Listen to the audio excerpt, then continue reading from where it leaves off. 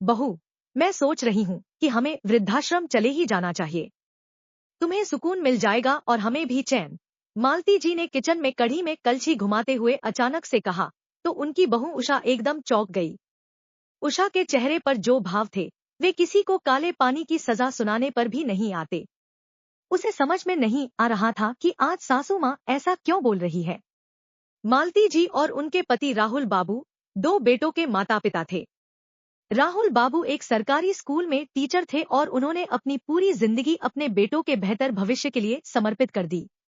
बच्चों की पढ़ाई से लेकर उनके अच्छे संस्कार देने तक की हर संभव कोशिश की, लेकिन वक्त और बदलते दौर ने शायद वह सब कुछ बदल दिया जो उन्होंने कभी भी नहीं सोचा था।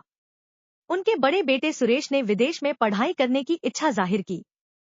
सुरेश ने कहा कि उसे अमेरिका जाना है और माता पिता के लिए यह फैसला आसान नहीं था। लेकिन बेटे के सपनों को पूरा करने के लिए राहुल बाबू ने अपनी सारी जमा पूंजी दांव पर लगा दी, यहाँ तक कि बहुत ज्यादा ही कर्ज भी लिया। सुरेश को पढ़ने के लिए भेजा, लेकिन उसने वहां से लौटने का नाम ही नहीं लिया।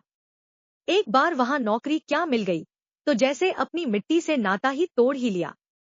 न कभी माता पिता की खोज खबर ली, न ही कभी जानने की कोशिश की कि उन्हें चलाने के लिए कैसे पैसे जुटाए जा रहे हैं। छोटा बेटा दिनेश सुरेश से थोड़ा अलग था। उसे भी विदेश जाने की इच्छा थी, लेकिन पिता ने साफ कह दिया था, अब और कर्ज उठाने की हमारी हिम्मत नहीं है, तुम यहीं पढ़ाई कर लो।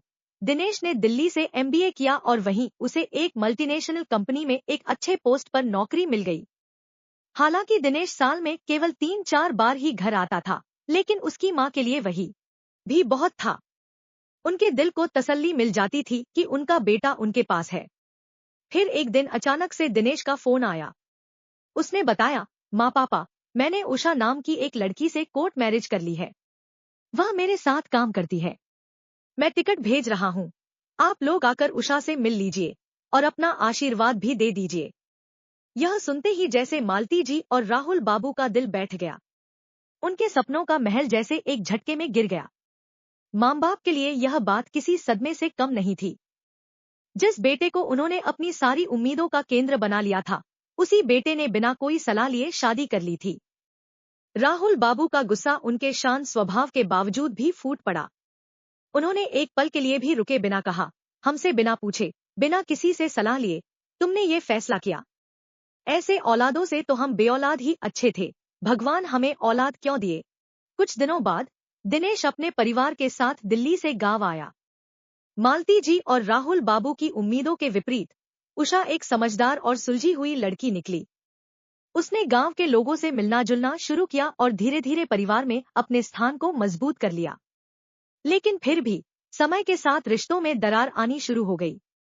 दिल्ली की तेज रफ्तार जिंदगी में दिनेश और उषा की प्राथमिकताएं बदलने लगी। मालती जी और राहुल बाबू ने महसूस किया कि उन्हें अब घर में एक बोझ समझा जाने लगा है। छोटे छोटे कामों में भी टोकाटाकी होने लगी थी। उषा कभी खुलकर कुछ कहती नहीं थी, लेकिन उसकी नजरें बहुत कुछ कह देती थी। दिनेश अपने काम में इतना व्यस्त हो गया था कि उसे यह सब नजर ही नहीं आता था। एक दिन मालती जी ने उषा के सामने प्रस्ताव रखा, बहू, हमें वृद्धाश्रम चले जाना चाहिए। तुम लोग अपनी जिंदगी चैन से जी सकोगे और हमें भी वहां शांति मिल जाएगी। उषा चौंक गई। उसे यह बिल्कुल भी उम्मीद नहीं थी कि उसकी सास ऐसा कहेंगी। उसे अपने व्यवहार पर शर्मिंदगी महसूस हुई, लेकिन वह कुछ कह नहीं सकी। मालती जी के मन में कहीं न कहीं यह दर्द था कि उन्होंने अपने बेटों के लिए अपना सब कुछ दे दिया, लेकिन अब वही बेटा उन्हें अपनी जिंदगी से दूर कर देना चाहता है। वक्त बीतता गया और दिनेश ने भी यह महसूस किया कि वह अपने माता पिता के प्रति अनदेखी कर रहा है। एक दिन उसने अपनी माँ से माफी मांगते हुए कहा, माँ, आप कहीं नहीं जाएंगी। यह घर आपका है और यहाँ आपका हर अधिकार है। मैं बहुत गलत था जो आपके प्यार और त्याग को नहीं समझ पाया। मालती जी के दिल में एक सुकून भरी मुस्कान आ गई।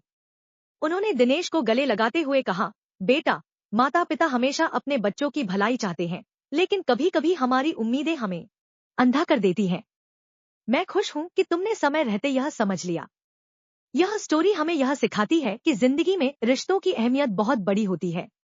माँ बाप का प्यार और त्याग कभी कम नहीं होता और हमें इसे समझने में देर नहीं करनी चाहिए। तो फ्रेंड्स, कैसी लगी हमारी आज की यह स्टोरी वीडियो? हमें कमेंट करके जरूर बताएं। आपका दिन शुभ हो। धन्यवाद।